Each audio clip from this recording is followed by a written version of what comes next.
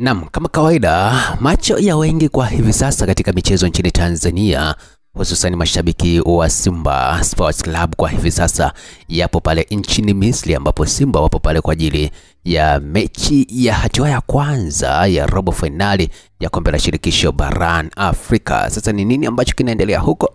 Basi kabla sija kujuza zaidi ni kwamba kama bado hujabonyeza neno subscribe, pia bonyeza hivi sasa ili uwe wa kwanza kuzipata ripoti zote za Umela Media pindi tu zinapokuwa zimetoka. Na nikwambie tu kwamba kama utabonyeza pia alama ya kengele itakuwezesha kuzipata zote kwa uhakika zaidi.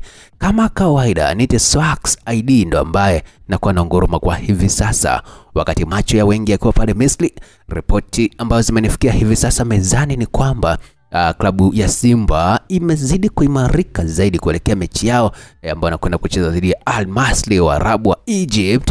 Na hivi sasa ni kwamba hata wale wachezaji ambao walikuwa wanasemekana kwamba huenda wakaikosa mechi hiyo, kwa hivi sasa tayari wapo fiti, kwa maana ya Eli Mpanzu pamoja na Kamara, Pimpin Kamara. Huyu ni golikipa nambari 1 kwa hivi sasa ndani ya kikosi cha Simba Sports Club, na hivi sasa amekaa fiti. Kumbuka kwamba Kamara hata kwenye mechi ya timu yake ya taifa kwa maana ya Guinea hakuanza. Hata kile kipindi anacheza Guinea pamoja na Uganda kwenye zile mechi za kufuzu kombe la dunia, yeye hakuanza, lakini amerejea ndani ya kikosi cha Simba pale Misri, na kwa hivi sasa yuko bomba, yuko tayari kwa ajili ya kuweza kukiwasha mbele ya Al Masry. Na afisa habari au meneja wa kitengo cha habari na mawasiliano kutoka ndani ya Simba Sports, Ahmed Ali, ameweka wazi kwamba wao kwa hivi sasa lengo lao ni kuhakikisha kwamba wanaweka mguu kwenye hatua ya nusu finali ya michuano ya kimataifa kama lengo mama. Kwa hiyo hawawezi kuwa tayari kupoteza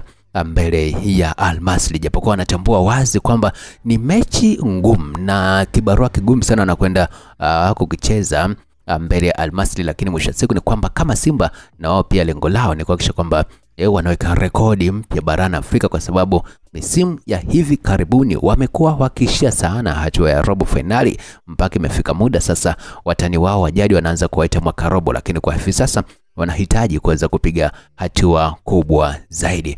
Ukweli ni kwamba Simba hawatakiwi kuchukulia poa hata kidogo hii mechi, kwa sababu ukiangalia Al Masry naye yuko nyumbani, na kama kawaida kwenye mechi za kimataifa huwa hakuna timu ambayo ni nyonge. Yani kila ambayo imefika kwenye hii hatua basi jua kwamba imefika kwa jitihada na imefika kwa uwezo, sio kwamba imebebwa. Kwa hiyo Simba na Fadlu Davis kwa ujumla inatakiwa wakae mkao wa kula, mkao wa kazi, ili kuhakikisha kwamba wanawakilisha Tanzania vyema kabisa. Kipi ambacho kitatokea? Ripoti zote ziko hapa, utakuwa unazipata kama kawaida.